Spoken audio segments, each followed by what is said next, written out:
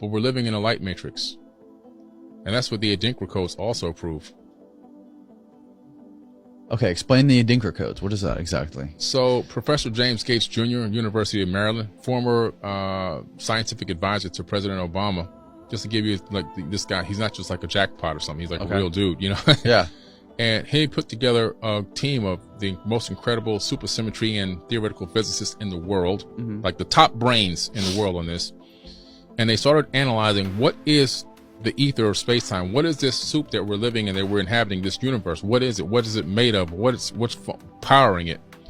They discovered something called Adinkra codes, which go back to the ancient Dogon tribe from Mali, Africa. The original inhabitants of the land of Kem then moved to Mali later after they were thrown out, taken over at one point. But they still kept this ancient knowledge in Mali about these Adinkra codes, and they would draw these patterns. Well, he discovered that these patterns are actually mathematical codes. And these are not just any mathematical code. There goes one there. They're actually the codes that describe the ether of space-time itself. They're error-correcting codes, the same exact codes that run our search engines and web browsers that we're using right now to look at the image. There's coding behind that screen that runs this, what we just did. And guess what? It's the same code that runs the universe. So we discovered that we're living in a programmed light matrix. There's a software programmer that has written this code. Austin, pull up more images of this. There's all different types of images. There you go. See, now that you see that one there, right there. That's a quasi. That looks like a lot like a quasi crystal. If you were to shrink it down and put a whole bunch of them in one location, it looks very similar to a quasi crystal. So these are Adinkra codes, and you can see the colorful one that was up there. These are depicting the nature of reality. Wow. And they actually are mathematical programming codes. They're a special type of code, though. They're error-correcting codes. The same type that Google browser is running on is the same thing that runs the universe. Error-correcting codes. Yeah. And what do we gain from all of this knowledge? Like, what does this tell us, and where do we take this? Like, what is obviously this is like foundational knowledge for us, but like, where do you see it going? Well, if you understand that we're living in a fractal holographic light matrix, it doesn't mean we're not real. It just means that there is a creator or creators, that we're living in something that was created, just like the ancient texts and all the scribes and biblical texts and everything else says. But it tells us, wow, this is the method of the creation. Now we're getting closer to understanding what we really are. We understand now that consciousness isn't made inside this avatar body, that the avatar body doesn't even exist, that consciousness is a stream of something coming from somewhere else, and is being picked up in this matrix with this coding. If you took all the humans on Earth, there's 8 billion humans on Earth. If I took all 8 billion humans and removed the empty space between their atoms, I can fit every human into a sugar cube. One sugar cube can hold all 8 billion of us. Really? Yeah. All the atoms of 8 billion people on Earth. You can see atoms are empty space. If you take the empty space out, you collapse it into one sugar cube. All 8 billion can fit in one sugar cube. So what does that mean? Wild. What's here? There's only one consciousness, it seems. And it's like a radio station that's transmitting out a frequency from a higher dimension. Our avatar bodies pick up that frequency. You're 99.1, I'm 99.2, he's 99.3, but it's still coming from the same source. And so we're all coming from the same source. It's like the universe has found a way to live subjectively through multiple entities, but not even through entities, even through objects that we consider to be man-made, because every atom we know now in quantum physics is also conscious. Does this give any credence to the simulation theory?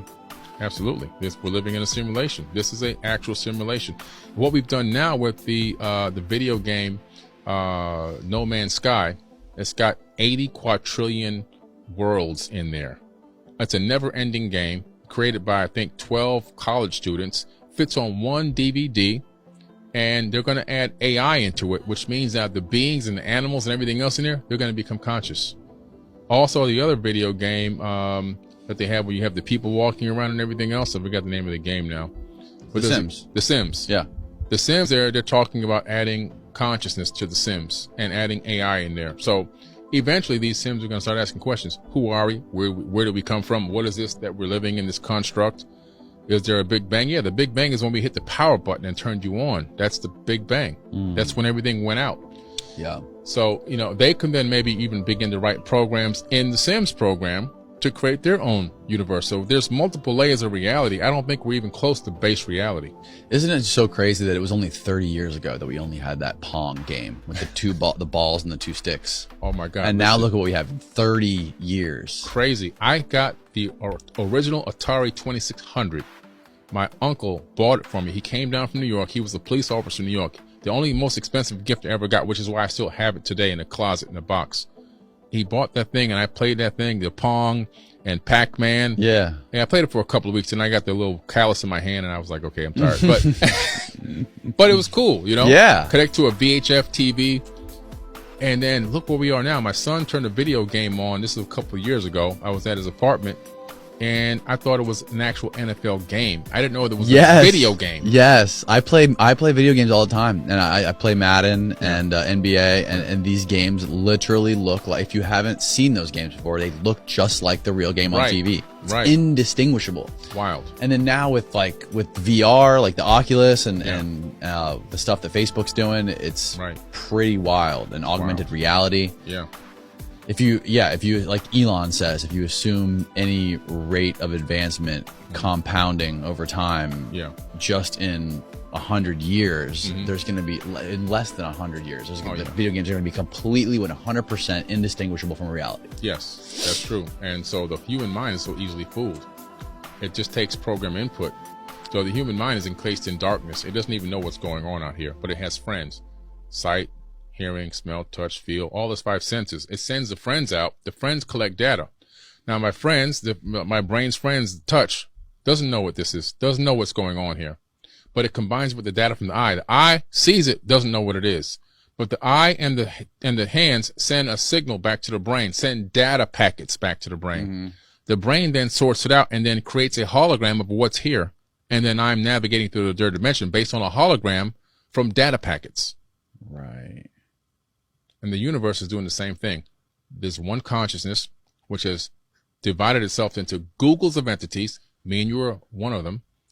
And it's experiencing itself. We are the sensory perception for the universe. We only have eyeballs, nose, mouth, skin. We can only, our constructed physical bodies can only observe so many dimensions. Right. Well, wonder what it would take for us to be able to observe a different dimension. Well, what, are we thinking about it the right way? Would it be a physical alteration to our body, or what? Well, it would be scary because we can't even see. We only see 1% of the light spectrum here. If we saw more than 1% of the light spectrum, we'd freak out.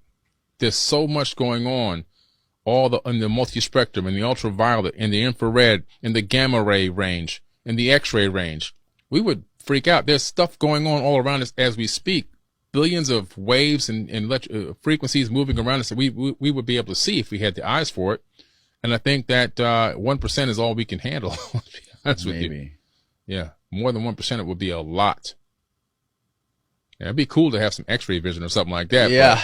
But you add it all together at once, and now you're talking about multiple dimensions. Well, the human avatar body can't even get to the dimension because we're a third-dimensional substructure. We'd have to create the technology to phase shift into a body of some type, whatever type that would possibly be, to even ascend to a higher dimension. Yeah.